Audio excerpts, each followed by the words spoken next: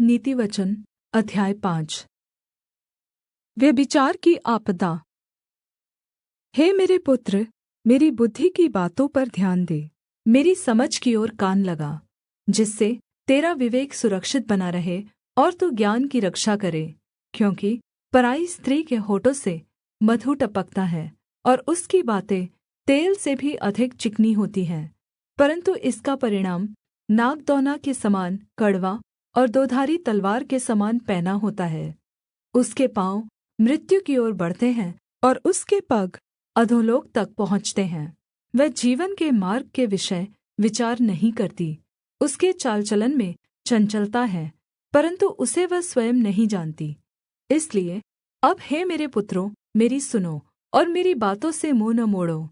ऐसी स्त्री से दूर ही रह और उसकी डेवढ़ी के पास भी न जाना। कहीं ऐसा न हो कि तू अपना यश औरों के हाथ और अपना जीवन क्रूर जन के वश में कर दे, या पराए तेरी कमाई से अपना पेट भरे और परदेशी मनुष्य तेरे परिश्रम का फल अपने घर में रखे।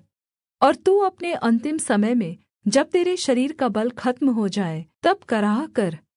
तू यह कहेगा, मैंने शिक्षा से कैसा बैर किया और डाँटने वाले का कैसा तिरस्कार किया। मैंने अपने गुरुओं की बातें न मानी और अपने सिखाने वालों की ओर ध्यान न लगाया। मैं सभा और मण्डली के बीच में पूर्णतः विनाश की कगार पर जा पड़ा। तू अपने ही कुण्ड से पानी और अपने ही कुएँ के सोते का जल पिया करना। क्या तेरे सोतों का पानी सड़क में और तेरे जल की धारा चौकों में बह जाने पाए? यह केवल तेरे ही लिए रहे और तेरे संग अनजानों के लिए न हो। तेरा सोता धन्य रहे और अपनी जवानी की पत्नी के साथ आनन्दित रह। वह तेरे लिए प्रिय हिरनी या सुन्दर सांभरनी के समान हो। उसके स्तन सर्वदा तुझे संतुष्ट रखे और उसी का प्रेम नित्य तुझे मोहित करता रहे।